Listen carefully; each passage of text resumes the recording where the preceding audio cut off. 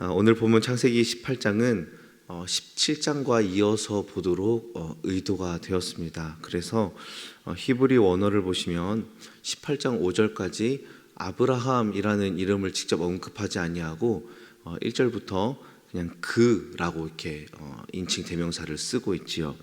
즉 17장에서 하나님을 만나 이름과 정체성이 변화된 아브라함, 그리고 이삭을 약속받은 아브라함, 할례를 받아 구별된 하나님의 자녀가 된 아브라함, 그가 마물의 상수리 나무 있을 때에 여호와께서 다시 만나 주셨습니다. 그런데 왜 나타나셨을까요? 분명 17장 22절에 하나님께서 아브라함에게 다 말씀하시고 떠나 올라가시니라 라고 말씀하고 있는데, 그때 다 말씀하셔도 될 걸 얼마 되지 않아서 왜 하나님은 땡볕에 또다시 아브라함을 만나 주시는 것일까요? 이 부분에 대해서 저도 굉장히 고민을 많이 하고 계속 성경을 좀 보았는데 18장 전체를 보면 좀 답을 알 수 있을 것 같습니다. 18장 전체를 보시면 하나님은 먼저 아브라함을 만나고 그 다음에 소돔을 향하여 가는 여정을 계획하셨지요.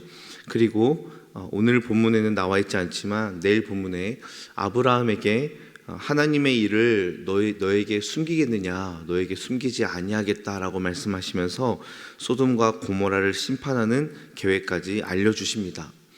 이 전반적인 사실을 보았을 때에 하나님이 아브라함을 다시 얼마 되지 않아서 찾아오신 이유는 아마도 창세기 12장에 하나님이 아브라함에게 하신 약속을 이제는 조금씩 성취하려고 실행하시는 것이 아닐까라고 여겨집니다. 왜냐하면 아브라함은 단순히 아들 이삭을 갖게 되어, 기적적으로 갖게 되어 자신의 후대를 잇는 데 성공한 자, 그렇게 해서 인생의 성공자로서 나아가는 것이 그의 삶의 목표가 아니라 아브라함의 지경은 창세기 12장의 말씀대로 땅의 모든 족속으로 확대되어야 하기 때문이지요. 이제 아브라함은 단순히 자기 가족의 영역, 아들을 어떻게 얻을까, 어떻게 하면 상속자를 얻어낼까 하는 그 아주 좁은 영역에서 벗어나 이제는 여러 민족으로 그 영역을 실질적으로 확장시키고자 하는 것이 18장부터 드러나기 때문입니다. 그래서 내일 본문이지만 그는 소돔과 고모라를 위해 하나님께 6번이나 간구를 하지요. 또한 창세기 20장에서 하나님은 그랄 왕 아비멜렉에게 아브라함을 누구라고 이야기합니까? 선지자다라고 이야기를 합니다. 그래서 아브라함은 그저 자기 가문, 자기 민족만 여기는 그런 자가 아니라 이제는 열방을 향하여 간구할 줄 알고 열방에게 선지자로 소개되는 그러한 인물로 발돋움하게 되는 것입니다. 그래서 마물의 상수리 나무에서 하나님이 아브라함을 다시 만나준 것은 어떤 융숭한 대접을 받고 기분이 좋아서 너에게 아들이 있을 것을 한 번 더 말씀하시려고 오신 것이 아니라 오랫동안 기다렸던 약속의 말씀들이 이제는 시작을 해야겠다라는 그런 의도로 아브라함을 다시 찾아오신 것 같습니다. 그래서 이제 아브라함은 찾아온 하나님을 아주 지극히 대접을 하게 되지요. 그래서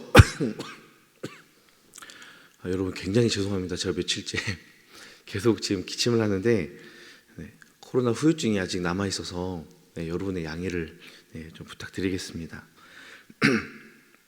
하나님께서 아브라함의 대접을 받고 이제 두 가지를 말씀하시는데 오늘 본문은 첫 번째 내용입니다. 그것은 바로 내년 이맘때쯤에 사라가 아들을 낳을 것이다 라는 이야기죠.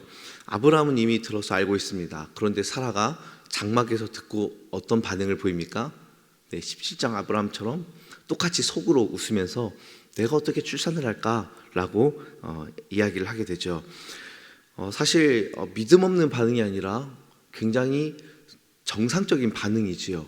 어떻게 보면 갑자기 나타난 이들이 맛있게 음식을 먹더니 남의 아내를 찾고 남의 아내가 이미 늙었음에도 불구하고 아들을 낳을 것이다 라고 이야기하는 것이 오히려 조금 더 이상한 일입니다.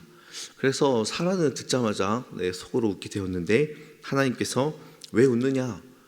여호와께 능하신 일이 없는 줄 모르느냐? 여호와께서는 능하시다라는 것을 보여주고 계십니다. 사랑하는 성도 여러분, 우리가 이 말씀을 보면서 단순히 불림의 여인이 아들을 낳으리라는 약속을 받고 그 약속이 곧 성취되었다라는 어떠한 현상만을 바라봐서는 안 될 것입니다.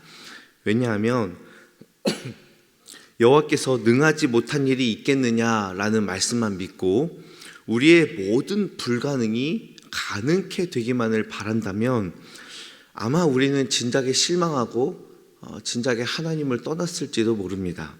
왜냐하면 우리가 원하는 것들이 다 이루어지지 않을 때도 많기 때문이죠. 여러분이 가지고 있는 모든 불가능들이 해결되셨습니까? 여러분이 원하던 모든 것들이 다 하나님의 은혜로 전부 다 이루어졌습니까? 하나님께 이 문제를 안고 찾아가기만 하면 모든 것들이 100% 다 성취가 되었습니까? 사실 그렇지 않을 때도 많다라는 것이죠. 즉 하나님은 모든 것을 할 수 있어, 하나님은 전능하신 분이야 라는 믿음과 하나님은 나의 불가능을 무조건 가능케 하실 거야 라는 믿음은 비슷해 보이지만 사실 너무나 다릅니다. 이 믿음의 차이점을 깨닫지 못하면 우린 실망하게 되죠.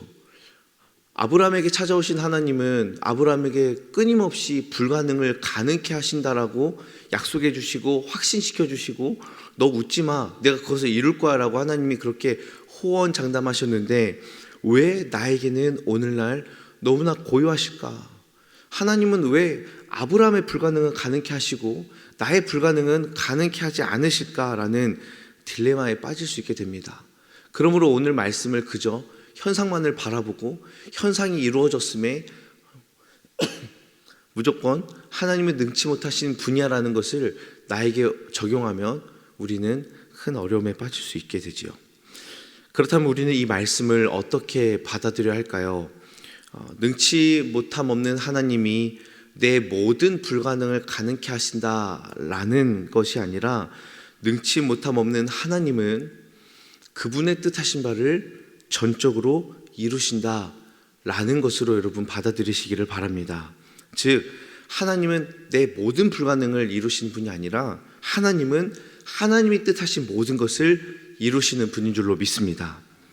아브라함이 사실 불임의 문제를 놓고 간절히 기도하는 것이 아닌 것 같습니다. 왜냐하면 그는 99세가 되어 창세기 17장에 이스마엘이나 하나님 앞에 상속자가 되길 원한다고 그렇게 알고 있었기 때문이지요. 그저 어떻게 출산이 가능할까 웃었습니다. 그런데 하나님은 단호하게 뭐라고 말씀하시죠? 하나님이 계획하신 바는 반드시 이루신다라는 것이었습니다. 하나님이 뜻하시면 반드시 성취하신다라는 것이었습니다. 너희들이 웃어도 너희들이 이것을 믿지 아니하여도 하나님이 내가 계획하였으니 이것은 끌고 간다라는 것이 하나님의 주장이었습니다. 그래서 그것을 선명하게 말씀하시고자 아브라함을 오늘 찾아오신 것이지요. 그래서 우리가 아브라함과 사라와 같은 그런 은혜의 기적적인 현장들을 맛보려면 우리는 어떻게 해야 될까요? 우리는 우리를 향한 하나님의 뜻을 발견해야 됩니다. 왜냐하면 하나님은 뜻하신 바 이루시기 때문이지요.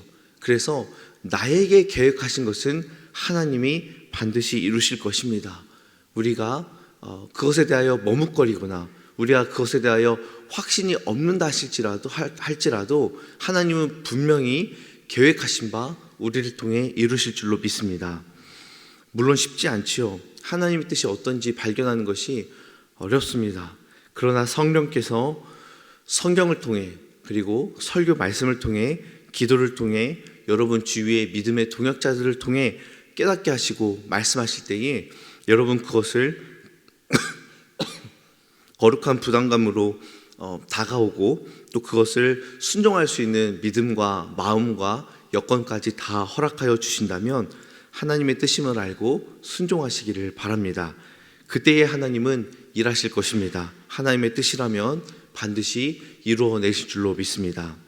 그러므로 오늘 하루도 기도를 통해서 나의 불가능을 무조건 가능케 하십시오 라는 것 이전에 나를 향한 하나님의 뜻을 먼저 발견하고 하나님의 말씀에 따라 겸손하게 순종하며 주님의 뜻이라면 저도 그 길을 가길 원합니다 라는 믿음의 고백이 저와 여러분 가운데 있기를 원합니다.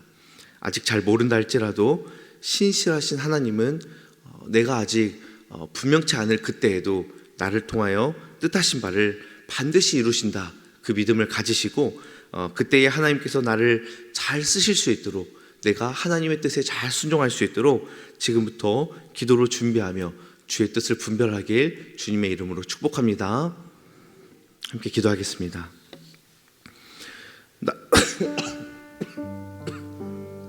나라와 민족을 위해 기도하시고 내일 있을 후반기 구역 연합 개강 예배에 은혜 주시도록, 또한 기도원에 계신 담임 목사님 성령 충만으로 후반기 사역을 잘 준비할 수 있도록, 또한 우리 가정과 일터와 직장과 자녀를 위해 이 시간 함께 통성으로 기도하겠습니다. 참 좋으신 아버지 하나님 감사합니다. 오늘 우리를 불러주시고 기도케 하시니 감사합니다. 이 나라와 이 민족을 주님 붙들어 주시고 우리 위정자들을 주님 지혜를 주셔서 이 나라가 주님 앞에 견고히 설 수 있도록 역사하여 주시옵소서. 내일 있을 후반기 구역 연합 기강 예배에 하나님 은혜를 더하여 주시고 모든 구역원들 함께 참여할 수 있도록 인도하여 주시옵소서. 아버지, 후반기 사역을 위하여 기도원에 가신 담임 목사님 성령 충만케 하여 주시고 주님의 뜻을 보여주시고, 아버지 후반기에도 우리 화인교회가 정말로 능력으로 나아갈 수 있도록 역사하여 주시옵소서. 오늘도 우리의 가정을 주님께 맡겨드립니다. 아버지, 우리의 일터와 사역, 우리의 사업장과 아버지 우리 직장 가운데 하나님의 도우심의 역사가 있게 하여 주시옵시고, 또한 우리의 자녀들 어디에 가든지 무엇을 하든지 주의 은혜 가운데 거할 수 있도록 주님 지켜보아여 주시옵소서. 오늘도 기도하며 쉽게 나갈 수 있도록 도와주옵소서. 참 좋으신 하나님 감사합니다. 전능하신 하나님, 능치 못함이 없으신 하나님, 그 하나님이 나의 하나님 되심을 믿습니다. 하나님께서 뜻하시고 계획하신 바 이루시고 성취한 줄로 믿사오니 주님, 먼저 나에게 향한 하나님의 뜻이 무엇인지 발견하게 하시고 그 하나님의 뜻에 겸손하게 순종할 수 있도록 우리에게 믿음의 믿음을 더하여 주시옵소서.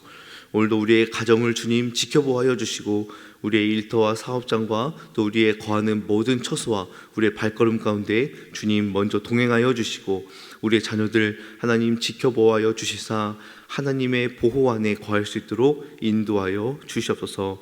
예수님의 이름으로 기도하옵나이다. 아멘.